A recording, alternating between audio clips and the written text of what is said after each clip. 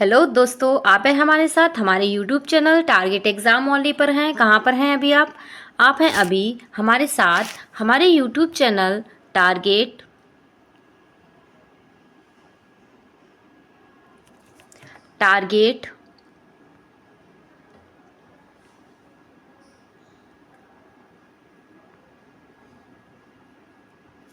Exam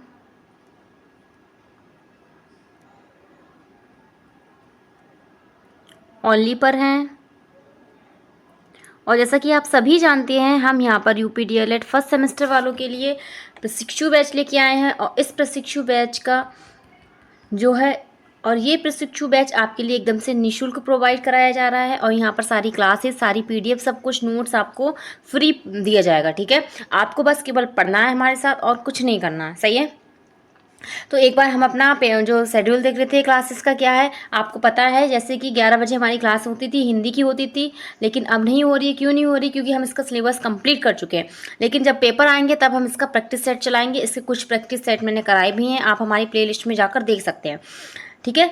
और हमने जो है बाल विकास पेपर फर्स्ट ये भी कंप्लीट कर लिया है। क्या है, हमने बाल विकास पेपर फर्स्ट भी कंप्लीट कर चुके हैं हम।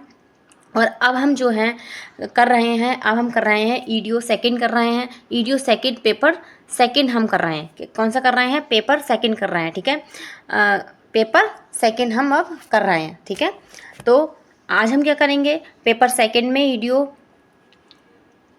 सेकंड में आज हमारी जो है थर्ड क्लास होगी। ठीक है, तो यहाँ पर मैं आपको जो है अच्छे से बेसिक से बहुत अच्छे तरीके से आपको सारे जो है इसका कंटेंट लेके आई हूँ। और इसमें जो भी आपके आने वाली चीज़ें हैं वो सब कराऊंगी मैं प्रॉपर आपको। ठीक है, ऐसा कुछ नहीं है कुछ भी छोड़ा जाएगा, कुछ भी छोड़ा नहीं जाएगा, एक भी पॉइंट, एक भी टॉपिक नहीं छोड़ा जाएगा आपका जो पेपर में आने वाला है। सही है। और आगे देखते हैं, इसके बाद आपको अंजलि मैम पढ़ाती है। अंजलि मैम आपको संस्कृत पढ़ाती हैं और कंप्यूटर पढ़ाती हैं। संस्कृत की टाइमिंग 4 बजे की है और कंप्यूटर की टाइमिंग 3 बजे की है। ठीक है, उसके बाद आपको रंजीत सर पढ़ाते हैं। रंजीत सर आपको मैथ्स पढ़ाते हैं, बेसिक से मैथ्स पढ़ाते हैं, बहुत अच्छे मैथ्स पढ़ाते हैं। इनके साथ भी आप जुड़ना ना भूलिए। ठीक है, और यहाँ पर ये हमारा टेलीग्राम चैनल है। कौन सा चैनल है? टेलीग्राम चैनल है।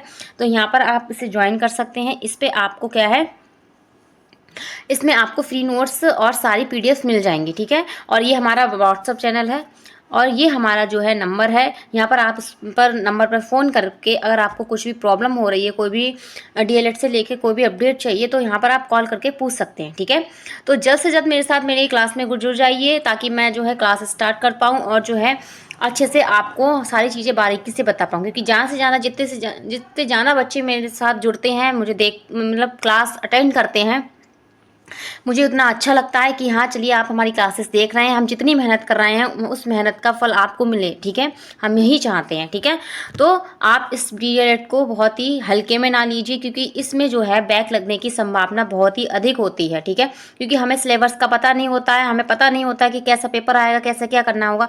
तो आपको टेंशन लेने की ज़रूरत नहीं है। अगर आप हमारे चैनल से जुड़ चुके हैं तो यहाँ पर आपको सारी चीज़ें बहुत अच्छे से समझाई जाएंगी और बताया जाएगा। ठीक है, अपने दोस्तों को भी शेयर कर दीजिए ताकि वो भी जो हैं अपने डीएलएड में अच्छा स्कोर प्राप्त कर सकें। ठीक है, किसी की भी बैक ना लगे, हम भी यही चाहते हैं, आप भी यही चाहिए। ठीक है, तो यहाँ पर हम क्या कर रहे हैं, यहाँ पर हम यूपी डीएलएड फर्स्ट सेमेस्टर कर रहे हैं। और ये सब्जेक्ट कौन सा है? ये सब्जेक्ट हमारा है कि शिक्षण अधिगम के सिद्धांत। क्या है? शिक्षण अधिगम के सिद्धांत। और ये आपका पेपर कौन सा है? ये पेपर आपका सेकेंड है। कौन सा पेपर है? सेकेंड है। इसे हम इसे हम क्या कहते हैं? इसे हम ईडीओ सेकंड कहते हैं। क्या कहते हैं? ईडीओ सेकंड कहते हैं। और इसके लिए आपका 50 नंबर या 50 अंक निर्धारित करे गए हैं। तो हमारा EDO first, EDO second 50 number का होगा और प्लस आपका एसएसटी, ये 3 सब्जेक्ट आपके 50 नंबर के होंगे। और बाकी सारे आपके हिंदी, संस्कृत, मैथ है, वो सारे क्या होंगे, साइंस मान लीजिए, वो आपके 25-25 नंबर के होंगे। ठीक है, तो इतना तो आपको अच्छे से पता होगा, क्योंकि मैं जब भी क्लास लेती हूँ तो आपको इसमें बारे में कुछ ना कुछ बता ही देती हूँ कि डीएलएड में, ताकि आप अगर नए हैं हमारे साथ जुड़े हैं तो आपको पता हो। ठीक है, तो यहाँ पर हम द्वितीय प्रश्न पत्र कर रहे हैं। कौन सा? द्वितीय प्रश्न पत्र पर कर रहे हैं। इससे पहले हम फर्स्ट प्रश्न पत्र कंप्लीट कर चुके हैं। तो फर्स्ट जो फर्स्ट प्रश्न पत्र हमारा था उसकी क्लासेस आप मेरी प्लेलिस्ट में जाके दे सकते हैं। मैंने सारी चीज़ें आपको बहुत ही बेसिक से बहुत ही अच्छे से कराया है। आप एक बार हम पर विश्वास करके देखिए, आपको जो है निराशा नहीं मिलेगी, आपको डीएलएड में बहुत अच्छे स्कोर प्राप्त होंगे और जो है आपको बैक नहीं लगेगी, ठीक है। तो जल्द से जल्द जुड़ जाइए। चलिए हम अपनी क्लासेस स्टार्ट करते हैं। आज हम क्या करने वाले हैं, आज हम करने वाले हैं शिक्षण। क्या देखने वाले हैं, शिक्षण क्या है। तो शिक्षण में इसका हम अर्थ देखेंगे, क्या देखेंगे, इसका अर्थ देखेंगे, इसकी परिभाषा जानेंगे, ठीक है, इसकी परिभाषा जानेंगे, इसका उद्देश्य देखेंगे, क्या जानेंगे, उद्देश्य, इसका महत्व, ठीक है, और इसकी प्रकृति देखेंगे कि इसकी प्रकृति कैसी होती है, ठीक है। तो इन सब के बारे में मैं आपको इस क्लास में बताऊंगी कि शिक्षण से रिलेटिव क्या क्या चीज़ें आपको पेपर में आती हैं और क्या क्या क्वेश्चन बन रहे हैं, ठीक है। तो चलिए स्टार्ट करते हैं। जल्द से जल्द जुड़ जाइए, कमेंट बॉक्स में कमेंट कर दीजिए और क्लास अच्छी लगे तो लास्ट में लाइक ज़रूर करना है, ठीक है।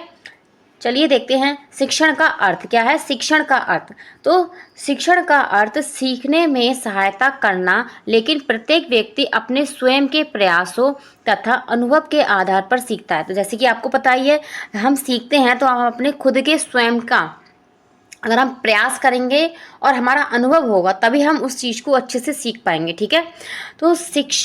तो शिक्षक अपने छात्र को सिखाने में प्रेरणा दे सकता है, क्या दे सकता है, सिखाने में प्रेरणा दे सकता है, रुचि उत्पन्न कर सकता है, लेकिन वह स्वयं छात्र से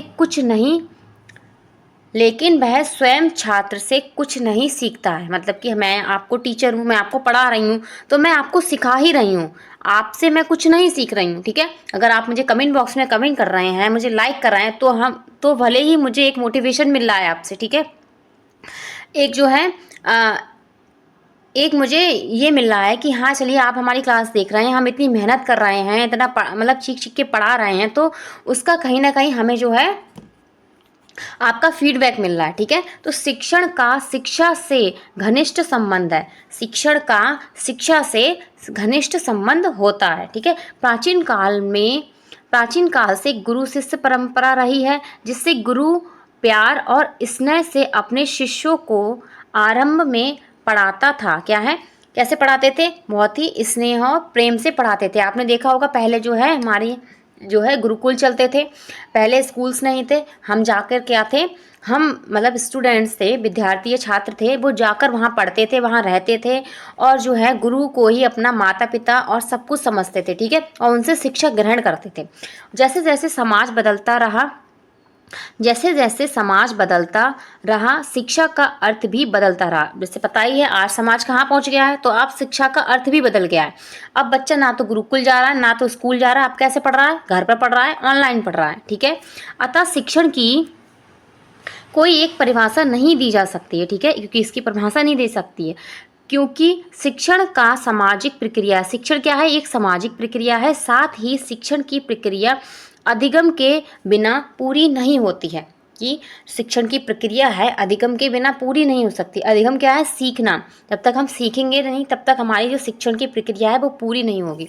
अतः शिक्षण और अधिगम में गहरा संबंध होता है, ठीक है, क्या है, शिक्षण और अधिगम में गहरा संबंध माना जाता है, सही है।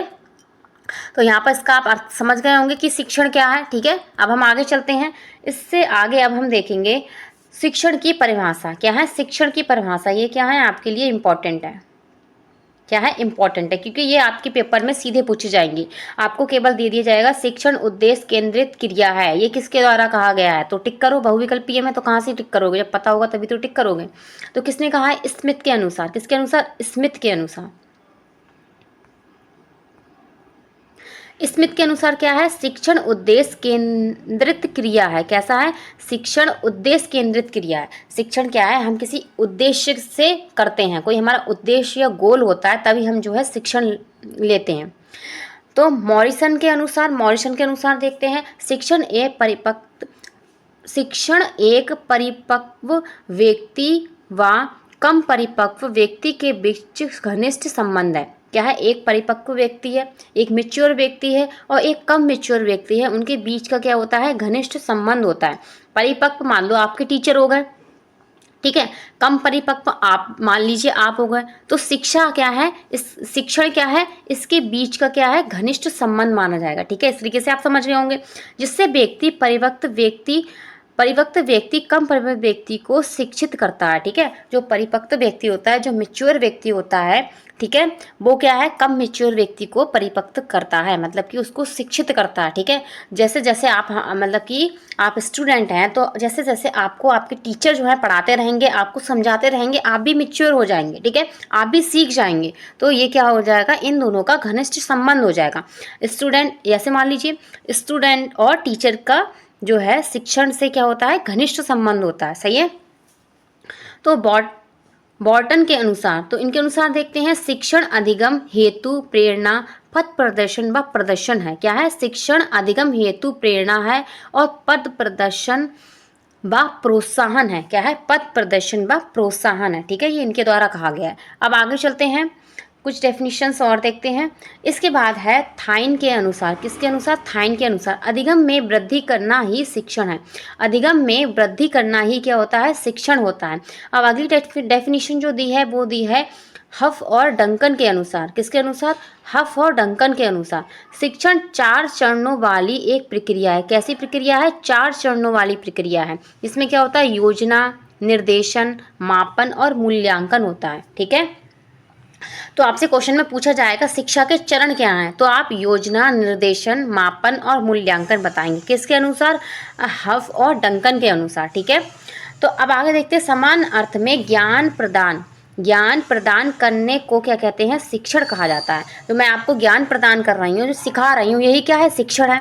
शिक्षण को त्रिमुखी प्रक्रिया कहते हैं। ये हमने अपनी आगे वाली क्लास में देखा था, जब मैंने आपको शिक्षा का अर्थ बताया था, शिक्षा की परिभाषा बताई थी, तब मैंने आपको बताया था क्या, शिक्षा क्या है, त्रिध्रुवीय प्रक्रिया। ये किसके द्वारा कहा गया, आप मुझे कमेंट बॉक्स में कमेंट कीजिए अगर आपने मेरी कल की क्लास देखी है कि शिक्षा त्रिध्रुवीय प्रक्रिया है, ये किसके द्वारा कहा गया है। कमेंट बॉक्स में जल्दी जल्दी कमेंट करिए किसने कहा है, अगर आपने मेरी क्लास अच्छे से देखी है तब।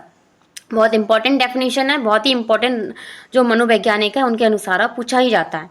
तो त्रिमुखी प्रक्रिया या त्रिध्रुवीय प्रक्रिया है, तो शिक्षक होगा, शिक्षार्थी होगा और पाठ्यक्रम होगा। ये हमने देखा था, ऐसे इस तरीके से सीखा था इसको। ठीक है, यहाँ पे क्या था, शिक्षक था, क्या था, यहाँ पे थे शिक्षक। ठीक, यहाँ पर क्या थे, छात्र, मतलब शिक्षार्थी मान लीजिए। ठीक है, और यहाँ पर हमारा क्या था, ये हमारा क्या था, ये हमारा था, और यहाँ पर हमारा क्या था, यहाँ पर हमारा जो था वो था पाठ्यक्रम। ठीक है, अब आपको कमेंट बॉक्स में कमेंट बताना है ये किसने कहा है। ठीक है, तो शिक्षा के क्या होते हैं, 3 बिंदु होते हैं। क्या होते हैं, 3 बिंदु होते हैं। ठीक है, शिक्षक, शिक्षार्थी, पाठ्यक्रम, शिक्षक, शिक्षार्थी, पाठ्यक्रम। ठीक है, अब हम आगे चलते हैं। इसके बाद आगे हम देखेंगे, यहाँ पर हमने डेफिनेशन भी देख ली। अब हम देखेंगे शिक्षण की प्रकृति, कि शिक्षण की प्रकृति कैसी होती है, ये कैसी होती है। तो शिक्षण एक सामाजिक प्रक्रिया है। कैसी प्रक्रिया है, सामाजिक प्रक्रिया है। शिक्षण एक विकास की प्रक्रिया है। कैसी प्रक्रिया है, विकास की प्रक्रिया है। शिक्षण, थर्ड इसमें क्या दिया है, शिक्षण आमने सामने होने वाली प्रक्रिया। कैसी है, आमने सामने होने वाली प्रक्रिया है। फोर्थ इसमें है शिक्षण कला और विज्ञान दोनों है। क्या है, शिक्षण कला और विज्ञान दोनों ही है। शिक्षण एक भाषाई प्रक्रिया है। क्या है, भाषाई प्रक्रिया है। इसके बाद सिक्स दिया है, शिक्षण एक अंतःक्रिय प्रक्रिया है। कैसी है, अंतःक्रिय प्रक्रिया है। ठीक है, तो शिक्षण एक सामाजिक प्रक्रिया है, शिक्षण एक विकास की प्रक्रिया है, एक क्या है, आमने सामने होने वाली प्रक्रिया, एक कला और विज्ञान दोनों है शिक्षण। और शिक्षण कैसी है, एक भाषाई प्रक्रिया होती है, एक अंतःक्रिय प्रक्रिया होती है। ठीक है, तो अब हम आगे चलते हैं, इसके बाद और देखेंगे। इसके बाद 7th दिया है, शिक्षण एक उपचार विधि है। कैसी है, उपचार विधि है। ठीक है, तो शिक्षण एक उद्देश्यपूर्ण प्रक्रिया है। कैसी, उद्देश्यपूर्ण, हमारा कोई उद्देश्य होता है, ठीक है, उसको पूर्ण करने के लिए क्या है, हमारी जो शिक्षण प्रक्रिया होती है। शिक्षण एक त्रिध्रुवीय प्रक्रिया है। त्रिध्रुवीय प्रक्रिया तो आप अच्छे से समझ गए होंगे। आपको मुझे कमेंट बॉक्स में कमेंट करना है कि ये किसके द्वारा दिया गया था, त्रिध्रुवीय प्रक्रिया जो है किसके द्वारा दी गई थी। तो कमेंट बॉक्स में कमेंट करना है, मुझे आपके कमेंट का इंतजार रहेगा। 10 नंबर इसमें देखते हैं, शिक्षण एक निर्देशन की प्रक्रिया। कैसी है? निर्देशन की प्रक्रिया, ठीक है। इसमें आपको टीचर निर्देश देते हैं और उनके निर्देशों को आप फॉलो करते हैं। 11 नंबर देखते हैं, शिक्षण क्या है? औपचारिक और अनौपचारिक दोनों प्रक्रिया, ठीक है। फॉर्मल और इनफॉर्मल दोनों प्रक्रिया, जैसे कि हमने इस आगे भी पढ़ा था कि शिक्षा क्या होते हैं? 3 प्रकार की होती है। कितने प्रकार की होती है शिक्षा? 3 प्रकार की होती है, औपचारिक, अनौपचारिक और निरौपचारिक। फॉर्मल, इनफॉर्मल और नॉन फॉर्मल, ठीक है। आगे देखते हैं, 12 नंबर है, 12 नंबर दिया है इसमें, शिक्षण एक कौशलपूर्ण प्रक्रिया। कैसी है? कौशलपूर्ण प्रक्रिया है। तो यहाँ पर आप जो है शिक्षण की प्रक्रिया समझ गए होंगे, ठीक है। अच्छे से मैं आपको अच्छे से समझा पाई होंगी। अब हम आगे चलते हैं। यहाँ पर हमने शिक्षण की प्रक्रिया भी देख ली है। आगे हम चलेंगे इसके बाद। अब हम देखेंगे शिक्षण का महत्व, कि महत्वता क्या है शिक्षण की, हम क्यों शिक्षा ग्रहण करें, ज़रूरत क्या है हमें इसकी, ठीक है।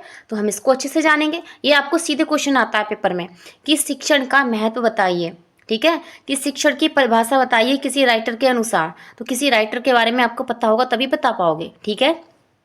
और बहुविकल्पीय में तो ऐसा आएगा, बहुविकल्पी में आपको डेफिनेशन दे दी जाएगी, ठीक है। और आपको वहाँ पर राइटर छांट के बताना है कि किस राइटर ने ये डेफिनेशन कही है या किस राइटर के द्वारा ये परिभाषा दी गई है, सही है। तो इसलिए मैं आपको इतनी सारी डेफिनेशंस लेके आई हूँ। मैं हमने पहली की क्लास में भी शिक्षा की भर भर के डेफिनेशंस पढ़ी हैं, ठीक है, बहुत सारी डेफिनेशंस पढ़ी हैं और सारी डेफिनेशंस आपकी इंपॉर्टेंट है। आप प्रीवियस ईयर पेपर उठा के देख लीजिए, किसी का भी उठा लीजिए, टीचिंग एग्जाम से रिलेटिव कोई भी एग्जाम ले लीजिए, उसमें आपको शिक्षा की या शिक्षण की परिभाषाएं मिल जाएंगी, ठीक है। अब महत्व देखते हैं, चलिए महत्व पे आ जाते हैं। पहला इसमें महत्व इसका क्या है? शिक्षण बालकों के चरित्र गुणों का विकास है। क्या है? शिक्षण बालकों के चारित्रिक गुणों का विकास करता है। क्या करता है? चारित्रिक गुणों का विकास करता है। शिक्षण बालकों का मानसिक विकास करता है। कैसा करता है? शिक्षण बालकों का मानसिक विकास करता है। थर्ड पॉइंट देखते हैं, थर्ड दिया है, शिक्षण के द्वारा बालकों में कुशल नेतृत्व, क्या है? कुशल नेतृत्व की भावना का विकास होता है। शिक्षण के द्वारा बालकों में कुशल नेतृत्व की भावना का विकास होता है। अब इसके बाद फोर्थ इसमें है, शिक्षण के द्वारा बच्चों में अवलंबन की प्रवृत्ति का विकास होता है। फिफ्थ इसमें देखते हैं, फिफ्थ दिया है, शिक्षण के द्वारा बच्चों में व्यवहारिक क्षमता का विकास होता है। बच्चों में व्यवहारिक क्षमता का विकास होता है। अगला पॉइंट इसमें दिया है, शिक्षण के द्वारा बालकों का शारीरिक विकास होता है। शिक्षण के द्वारा बालकों का शारीरिक विकास होता है, ठीक है। आगे चलते हैं और देखते हैं इसका महत्व। तो यहाँ पर हमने इसका महत्व देख लिया है। क्या है? यहाँ पर हमने इसका महत्व देख लिया है। आप अच्छे से समझ गए होंगे कि शिक्षण का हमारे जीवन में क्या महत्व है। चारित्रिक गुणों के लिए, उससे बालकों के चारित्रिक गुणों के विकास के लिए है, मानसिक विकास के लिए, कुशल नेतृत्व के लिए है, बच्चे के स्वावलंबी प्रवृत्ति विकास करने के लिए है, व्यवसायिक क्षमता का विकास करने के लिए, शारीरिक विकास करने के लिए। तो यहाँ पर आप कह सकते हैं ऑल ऑफ डेवलपमेंट करने के लिए, ठीक है, कि बच्चे का ऑल ऑफ डेवलपमेंट करने के लिए हमारा जो है शिक्षण बहुत महत्वपूर्ण है, इसका महत्व है, ठीक है, कि बच्चे का सर्वांगीण विकास हो। अब हम आगे चलते हैं, नेक्स्ट देखेंगे। इसके बाद आगे हम देखेंगे शिक्षण का व्यापक और संकुचित अर्थ। ये आपको पूछा जाता है, ये मोस्ट इंपॉर्टेंट है। क्या है? मोस्ट इंपॉर्टेंट है आपके लिए ये। इससे आपको सीधे क्वेश्चन बनता है, शिक्षा का व्यापक अर्थ बताइए, ठीक है, कि शिक्षा का व्यापक अर्थ क्या है, शिक्षा का संकुचित अर्थ क्या है। तो सीधे आपसे क्वेश्चन बनेगा, शिक्षण का व्यापक अर्थ क्या है, शिक्षण का संकुचित अर्थ क्या है। तो आपको पता होगा, आप तभी बता पाएंगे ना। तो इसलिए हम आपको ये लेके आए हैं ताकि आपको एक भी क्वेश्चन छूटे ना बीटीसी में, आपके फुल मार्क्स आएँ, बिल्कुल 50 नंबर आएँ। मान लीजिए अगर आप कुछ मिस कर देते हैं तो मान लो 45 नंबर तो आपके पूरे पूरे आना चाहिए, सही है। तो शिक्षण का सर्वमान्य अर्थ बताना अत्यंत कठिन है। मैंने जैसे कि अभी आप लोगों ने देखा था कि शिक्षा को हम परिभाषित नहीं कर सकते, उसका अर्थ नहीं बता सकते हैं, ठीक है। तो शिक्षा का भौतिक शिक्षण में 2 अर्थ हैं, एक व्यापक और संकुचित अर्थ। कैसा? व्यापक और संकुचित अर्थ। तो शिक्षण का व्यापक अर्थ क्या है जानेंगे। तो व्यापक अर्थ में शिक्षण मनुष्य के जीवन में निरंतर चलने वाली प्रक्रिया। कैसी प्रक्रिया है? निरंतर चलने वाली प्रक्रिया है, मतलब सदैव चलती रहती है, जन्म से मृत्यु तक चलती रहती है। इसके अंतर्गत सभी व्यक्ति, वस्तुएं, वातावरण, साधन, माध्यम, घटना व्यक्ति को जन्म से मृत्यु तक कुछ ना कुछ सिखाती रहती है। ठीक है, हम क्या है, जन्म से मृत्यु तक कुछ ना कुछ सीखते रहते हैं। ठीक है, कुछ मनोवैज्ञानिक का ये भी कहना है कि बच्चा जब गर्भ में होता है तभी बहुत सारी चीज़ें सीख जाता है, तो ये भी सच है। ठीक है, तो गर्भ से कब्र तक चलती है हमारी शिक्षा की प्रक्रिया। कहाँ तक चलती है? गर्भ से कब्र तक चलती है। ठीक है, तो परिवार, विद्यालय, समाज, वातावरण, परिवार, विद्यालय, समाज, वातावरण, उद्योग, सिनेमा, राजनीतिक, कला व साहित्य प्रत्यक्ष और प्रत्यक्ष रूप से मनुष्य को कुछ ना कुछ शिक्षण प्रदान करते हैं। ठीक है, हम जहाँ भी जाते हैं, हम कुछ भी करते हैं अपने जीवन में, वहाँ से हम कुछ ना कुछ सीखते हैं। हमारा परिवार हो गया, हमारा विद्यालय, हमारा समाज, वातावरण, कहीं हम पिक्चर देखने जा रहे हैं वहाँ हम सीख रहे हैं, कहीं हम शादी पार्टी में जा रहे हैं हम वहाँ सीख रहे हैं। ठीक है, तो कुछ ना कुछ हम सीखते रहते हैं। ठीक है, और जो है हम शिक्षण लेते रहते हैं। इस प्रकार की शिक्षण में औपचारिक व अनौपचारिक दोनों प्रकार के साधन से व्यक्ति जीवन भर सीखता रहता है। तो व्यापक अर्थ में क्या है? व्यक्ति औपचारिक और अनौपचारिक दोनों साधनों से सीख रहा है। ठीक है, और ये क्या है? निरंतर चलने वाली प्रक्रिया है, जन्म से मृत्यु तक चलने वाली प्रक्रिया है। ठीक है, तो यहाँ पर आप इसका व्यापक अर्थ समझ गए होंगे। अब हम चलते हैं इसका संकुचित अर्थ देखेंगे। तो शिक्षण का संकुचित अर्थ क्या है? शिक्षण का संकुचित अर्थ क्या है? तो संकुचित अर्थ में बालक को ज्ञान, सूचना, जानकारी व परामर्श देना ही क्या है? शिक्षा है। बच्चे को ज्ञान देना, उसे सूचना देना, जानकारी और परामर्श देना क्या होता है? शिक्षण होता है। यह शिक्षण पूर्व नियोजित व नियंत्रित होता है। इसका जो है पहले से ही क्या है? नियंत्रण और नियोजन होता है कि किस तरीके से दिया जाएगा, तथा बालक को कुछ निश्चित वर्ष तक ही दिया जाता है। जो संकुचित होता है, शिक्षण का संकुचित अर्थ में हम क्या कहेंगे कि ये क्या है? कुछ समय के लिए बच्चों को दिया जाता है। ठीक है, कुछ वर्षों के लिए होता है, और इसमें केवल औपचारिक साधनों का प्रयोग किया जाता है। कैसा? औपचारिक साधनों का प्रयोग किया जाता है। ठीक है, इसमें कैसे आपको फॉर्मल मतलब कि फॉर्मल साधन मिलेंगे आपको। ठीक है, उदाहरण के लिए देखेंगे, विद्यालय व कक्षा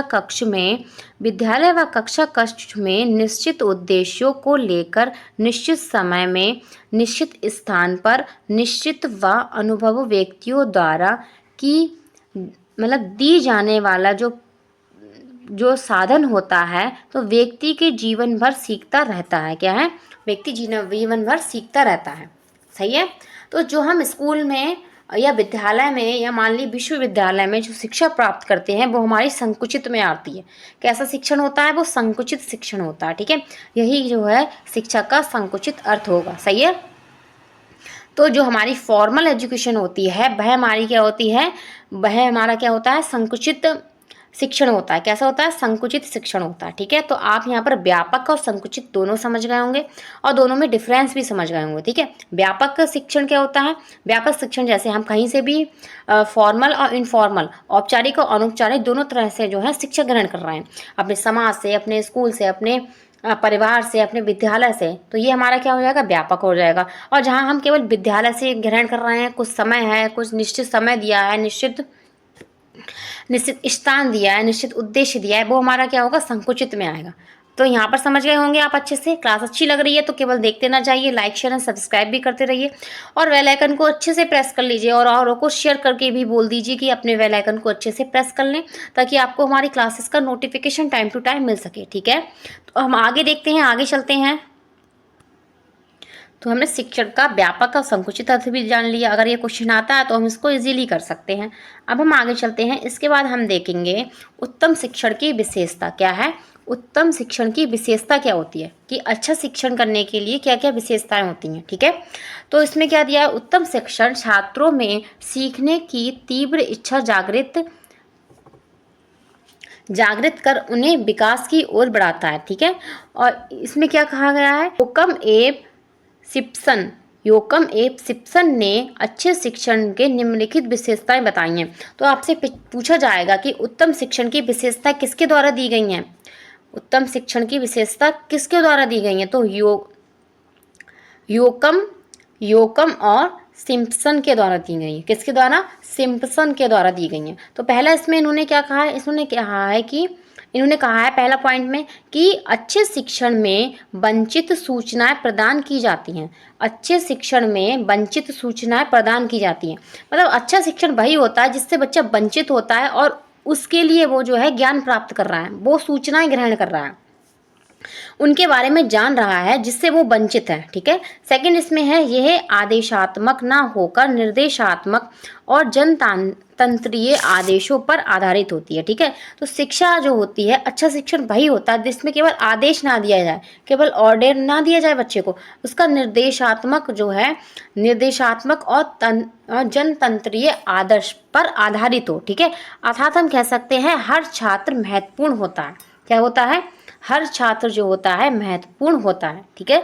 अब हम आगे चलते हैं, आगे जानेंगे। और थर्ड इसमें दिया है, इसमें सीखने वाला स्वयं सीखने के लिए प्रेरित होता है। जब हम अच्छा शिक्षण करते हैं तो बच्चा स्वयं क्या होता है, सीखने के लिए प्रेरित होता है, वो ऊबता नहीं है पढ़ने में। ठीक है। तो जैसे हम मान लीजिए पहले हम कोई टीचर हमारे ऐसे पढ़ाते थे जिससे हम ऊब जाते थे, तो क्या था, क्या कारण था? क्योंकि वो अच्छा शिक्षण नहीं करते थे। ठीक है। उनकी जो शिक्षण प्रक्रिया थी, जो भी चीज़ें वो कंटेंट वगैरह लाते थे वो अच्छा नहीं था, इसलिए जो हम क्लास में ऊब जाते थे। ठीक, हमें नींद आने लगती थी, लगता था कि जल्दी जल्दी ये टीचर जाए। ठीक है। क्या सोचते थे हम, जल्दी जल्दी ये जाएँ, बस कैसे भी हमारा ये पीरियड ओवर हो जाए। सही है। तो यहाँ पर जो है बच्चा जो है स्वयं नहीं सीखता है। अगर जो है जो क्लास में जो है एक्टिव टीचर नहीं है और यह टीचर अच्छे से कंटेंट को नहीं ला रहा है बच्चे के सामने, तो वहाँ पर बच्चा क्या है, स्वयं सीखने के लिए प्रेरित नहीं होगा। सही है। तो अच्छा शिक्षण वही है जिसमें बच्चा स्वयं सीखने के लिए क्या हो, प्रेरित होता है। फोर्थ इसमें देखते हैं, फोर्थ दिया है अच्छा शिक्षण शिक्षक व छात्र के सहयोग पर आधारित व प्रगतिशील होता है। कैसे होता है? अच्छा शिक्षण शिक्षक व छात्र के सहयोग पर आधारित व प्रगतिशील होता है। जैसे मैं आपको शिक्षण दे रही हूँ, ठीक है, मैं आपको पढ़ा रही हूँ, तो मेरा शिक्षण अच्छा तभी होगा जब मुझे आप कमेंट बॉक्स में कमेंट करेंगे और बताएंगे आपको मेरी क्लास कैसी लग रही है, ज़्यादा से ज़्यादा लोगों को शेयर करेंगे ताकि वो भी मेरी क्लास से जुड़ें और देखें, मैं जो समझा रही हूँ उसको समझें। ठीक है। और अपने BTC में अच्छा मार्क्स लेके आएँ। ठीक है। तो यह तभी होगा जब हमारी शिक्षा जो हम दे रहे हैं उसकी प्रगति होगी, वो प्रगतिशील होगी। ठीक है। प्रगतिशील से मतलब है कि ज़्यादा से ज़्यादा उससे लोगों को, बच्चों को लाभ होगा। सही है। फिफ्थ देखते हैं, इसमें उत्तम शिक्षण में छात्रों की कठिनाइयों को जानकर उन्हें दूर करने का प्रयास किया जाता है। तो उत्तम शिक्षण वही होता है जहाँ टीचर क्या है, बच्चों की कठिनाइयों को जानता है और उनको दूर करता है। ठीक है। ना कि उन्हें केवल क्या अनदेखा कर देता है या उन्हें मतलब कि बच्चे को डांट के भगा देता है, अरे जाओ तुम्हारी तो परेशानी लगी ही रहती, कुछ ना कुछ तुम्हारे जीवन में कठिनाई चलती रहती। ठीक है। तो ऐसा नहीं करना हमें। तो 6 नंबर देखते हैं, इसमें छात्र सदैव क्रियाशील रहते हैं। कैसे होते हैं? एक्टिव रहते हैं बच्चे, सदैव कैसे रखते हैं, एक्टिव रहते हैं, तथा उनकी अंतर्निहित क्षमताओं का पूर्ण विकास होता है। बच्चों की अंतर्निहित जो क्षमता होती है उसका भी विकास होता है अगर उत्तम शिक्षण हो रहा है। 7th इसमें देखते हैं, यह प्रेरणात्मक और सृजनात्मक होता है। कैसा होता है? प्रेरणात्मक और सृजनात्मक होता है। 8 पॉइंट दिया है, उत्तम शिक्षण में छात्र की व्यक्तिक भिन्नताओं को ध्यान में रखा जाता है। तो उत्तम शिक्षण में क्या करा जाता है, बच्चे की जो भिन्नताएं होती हैं, व्यक्तिक भिन्नता, क्लास में हर तरीके के बच्चा होता है। ठीक है। कोई अच्छे से पढ़ने वाला होता है, किसी को कब देर से समझ में आता है, तो उन सबको ध्यान में रखते हुए टीचर अगर बच्चे को पढ़ा रहा है तो क्या है, वो अच्छा शिक्षण कर रहा है। ठीक है। कि कक्षा में कोई मतलब कि बच्चा बहुत वीक है और टीचर क्या है, जो अच्छे बच्चे हैं उनके लेवल के हिसाब से पढ़ा रहे हैं, तो टीचर उनके ऊपर ध्यान ही नहीं दे रहे हैं, जो वीक बच्चा है उसके ऊपर ध्यान ही नहीं देता है, तो क्या है, उत्तम शिक्षण नहीं हो पाएगा। ठीक है। उत्तम शिक्षण नहीं हो पाएगा। तो ऐसे मान लीजिए मेरी क्लास में बहुत सारे बच्चे ऐसे होंगे जिनको आधे से ज़्यादा जानकारी पहले से पता ही होंगी। ठीक है। लेकिन कुछ को क्या है, अभी जो है कुछ को पता है, नहीं पता होंगी। ठीक है। उन्हें देर से समझ में आता होगा। ठीक है। तो ऐसा नहीं है, तो हम दोनों को लेके चलना है साथ में। ठीक है। अब हम जिसको एक बार में समझ में नहीं आ रहा है वो हमारा बाद में दोबारा से क्लास देख लें। ठीक है। तो उसमें कोई प्रॉब्लम नहीं है। तो यही हमारा क्या होगा, उत्तम शिक्षण होगा। तो यहाँ पर हमने उत्तम शिक्षण की क्या जान ली, विशेषताएं भी जान ली। अब हम आगे चलते हैं, शिक्षण के प्रमुख उद्देश्य देखेंगे। क्या है उद्देश्य, क्या है इसका, कि बच्चे के लिए इसका उद्देश्य क्या है शिक्षण का। तो पहला इसमें है, शिक्षण का उद्देश्य शिक्षार्थियों को जीवन उपयोगी ज्ञान प्रदान करके उन्हें व्यक्तित्व, क्षमता, योग्यता और कुशलता का अधिकतम विकास करना है। उनकी जो है उनका ज्ञान है, उनका व्यक्तित्व है, उनकी योग्यता और उनकी कुशलता का है विकास करना है। ठीक है, ये हमारा क्या है, शिक्षण का उद्देश्य है। सेकंड इसमें है शिक्षार्थियों को सीखने के लिए प्रोत्साहित करना। शिक्षार्थियों को सीखने के लिए प्रोत्साहित करना जिससे वे पढ़ने व अन्य कार्य में रुचि ले सकें। ठीक है, जिससे वे पढ़ने और अन्य कार्यों में क्या ले सके, रुचि ले सके। थर्ड इसमें है छात्रों में आत्मविश्वास की भावना का जागृत करना। छात्रों में आत्मविश्वास की भावना का क्या है, जागृत करना क्या है, शिक्षण का उद्देश्य है। फोर्थ इसमें देखते हैं छात्रों की मूल प्रवृत्तियों को सही दिशा देना व उन्हें स्वस्थ दृष्टिकोण का विकास करना जिससे वे समाज, देश व विश्व कल्याण में अपना महत्वपूर्ण क्या है, योगदान दे सकें। ठीक है, अब फिफ्थ पॉइंट इसमें दिया है छात्रों में नेतृत्व क्षमता और नैतिक व सामाजिक मूल्यों का विकास करना। किसका, नेतृत्व की क्षमता का, नैतिक और सामाजिक मूल्यों का विकास करना, ये क्या है, शिक्षण का उद्देश्य है। ठीक है, तो यहाँ पर हमने जो है शिक्षण का प्रमुख उद्देश्य भी देख लिया। अब हम आगे चलते हैं, आगे देखेंगे कुछ और उद्देश्य भी हैं। ठीक है, तो इसके बाद इसका उद्देश्य है फिफ्थ नंबर की छात्रों में नेतृत्व क्षमता और नैतिक व सामाजिक मूल्यों का विकास करना, ये हमने अभी आगे पढ़ा है। 6 पॉइंट इसमें है छात्रों को स्वस्थ, स्वच्छता व अपने परिवेश के प्रति जागरूक करना, कि बच्चा जागरूक हो। ये नहीं है कि उसका परिवेश जो है अस्वच्छ है और बच्चा क्या है, मतलब कि सो रहा है। ठीक है, तो इसके लिए भी बच्चे को क्या है, जागरूक करना है। 7th इसमें है छात्रों का मार्गदर्शन करना। क्या है, छात्रों का मार्गदर्शन करना, क्योंकि उचित समय पर प्राप्त मार्गदर्शन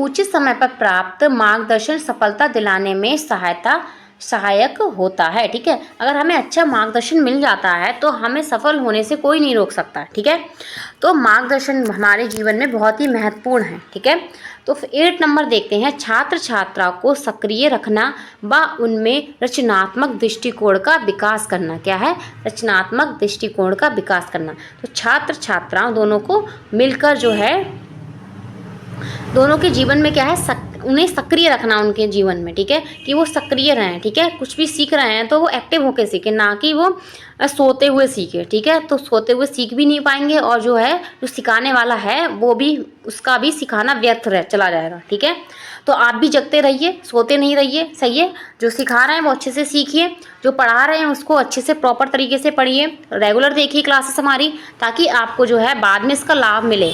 ऐसा नहीं है जैसे हम सफलता के लिए हम प्रयास कर रहे हैं तो हम पहले से प्रयास करते चलेंगे, तब हम अंत में जाके सफल हो पाएंगे। ठीक है, तो ऐसा नहीं हो पाएगा कि हम लास्ट में जाके एकदम से सब इतना सारा आप कैसे पढ़ पाएंगे, नहीं पढ़ पाएंगे। ठीक है, तो इसलिए हम कह रहे हैं बार बार कि आप हमारी रेगुलर क्लासेस देखिए।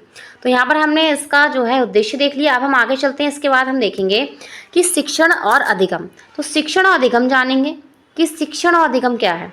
ठीक है, ये भी क्वेश्चन आपसे पूछा जाता है, क्वेश्चन पूछा गया है कि शिक्षण और अधिगम क्या है, इसके बारे में बताइए। तो देखते हैं शिक्षण एवं अधिगम। तो ये सारा पूरा आपका जो पेपर है ये आपका शिक्षण से ही आधारित है। शिक्षण के सिद्धांत, मतलब कि शिक्षण अधिगम के सिद्धांत, यही आपका चैप्टर है ना, यही आपका जो है यूटीओ सेकंड है। सही है, तो इसमें सब कुछ हम शिक्षण के बारे में देखेंगे, शिक्षण की विधियाँ, शिक्षण के उद्देश्य, प्रेरित करने वाले कारक, सिद्धांत, सब कुछ जानेंगे। टोटल बहुत सारा मटेरियल इसमें पढ़ने के लिए। तो शिक्षण एवं अधिगम, शिक्षण शब्द अंग्रेजी की टीचिंग, कहाँ से, टीचिंग से है। ठीक है, टीचिंग शब्द का हिंदी रूपांतरण क्या है, हिंदी रूपांतरण है। तो शिक्षण का अभिप्राय क्या है, अभी हमने पढ़ाया था, सीखना, सीखने से है, किससे है, सीखने से है। ठीक है, शिक्षण अधिगम दो पृथक प्रक्रियाएं नहीं हैं। शिक्षण और अधिगम क्या है, दो पृथक प्रक्रियाएं नहीं हैं, दोनों एक ही हैं। बल्कि शिक्षा के अंगों में शिक्षक, विद्यार्थी और पाठ्यक्रम आते हैं। हमने बताया था त्रिमुखी प्रक्रिया होती है, तो शिक्षक, शिक्षार्थी और पाठ्यक्रम आता है। व्यक्ति जन्म से लेकर मृत्यु तक कुछ ना कुछ सीखता रहता है, ये वही चीज़ है। ठीक है, कुछ अलग नहीं है। तो जन्म से लेकर मृत्यु तक कुछ ना कुछ सीखता रहता है। शिक्षक जिस प्रकार के पाठ्यक्रम को पढ़ाता है, शिक्षक जिस प्रकार के पाठ्यक्रम को पढ़ाता है वह क्रिया शिक्षण कहलाती है। जो मैं आपको ये पाठ्यक्रम लेके आई हूँ, ये क्या है, ये प्रक्रिया जो हमारी है वो क्या है, शिक्षण है। और शिक्षण का अर्थ क्या होता है, सीखना होता है। क्या होता है, सीखना होता है। तो सीखने की विधियाँ, पाठ्य सामग्री, वंचित लक्ष्यों की प्राप्ति, वंचित लक्ष्यों की पूर्ति के लिए प्रयोग में लाई जाती है। ठीक है, अतः यह स्पष्ट है कि शिक्षण में केवल सीखना ही नहीं है बल्कि सिखाना भी है। क्या है, शिक्षण में केवल सीखना ही नहीं है, सिखाना भी है। हम सीखते और सिखाते दोनों कार्य करते हैं। तो शिक्षण की प्रक्रिया शिक्षण अधिगम की प्रक्रिया के द्वारा पूरी होती है। तो शिक्षण की जो प्रक्रिया होती है वो किसके द्वारा होती है, शिक्षण अधिगम के द्वारा होती है। ठीक है, तो आप समझ गए होंगे दोनों में ही कि दोनों का क्या संबंध है और क्या अंतर है दोनों में। सही है। तो डॉक्टर राधाकृष्ण के अनुसार इन्होंने क्या कहा है कि शिक्षा को मनुष्य का संपूर्ण समाज का निर्माण करना चाहिए, कि शिक्षा को मनुष्य और संपूर्ण समाज का निर्माण करना चाहिए। इस कार्य को किए बिना शिक्षा अप्रभावी और अपूर्ण है। ठीक है, जब तक जो है समाज का, मनुष्य का कल्याण नहीं होगा, उसका निर्माण नहीं होगा, तब तक जो हम शिक्षा दे रहे हैं वो कैसी है, अपूर्ण है और अप्रभावित है। ठीक है, तो जब तक आप बीटीसी पास नहीं कर लेंगे तब तक मेरा पढ़ाया जाना व्यर्थ है। आप ऐसे समझ सकते हैं। ठीक है, मेरा पढ़ाया जाना अप्रभावी है। ठीक है, अगर आप इसको अच्छे से पढ़ेंगे, सीखेंगे और आप एग्ज़ाम क्लियर करेंगे तब क्या है, मेरा पढ़ाया जाना सफल होगा। ठीक है, तो आपको क्लास कैसी लगी है, यहाँ पर हमारी क्लास कंप्लीट हुई है। ठीक है, यहाँ पर हमारी क्लास कंप्लीट होती है। आपको क्लास कैसी लगी है मुझे कमेंट बॉक्स में कमेंट करना ना भूलें। और हमारे target exam only, target exam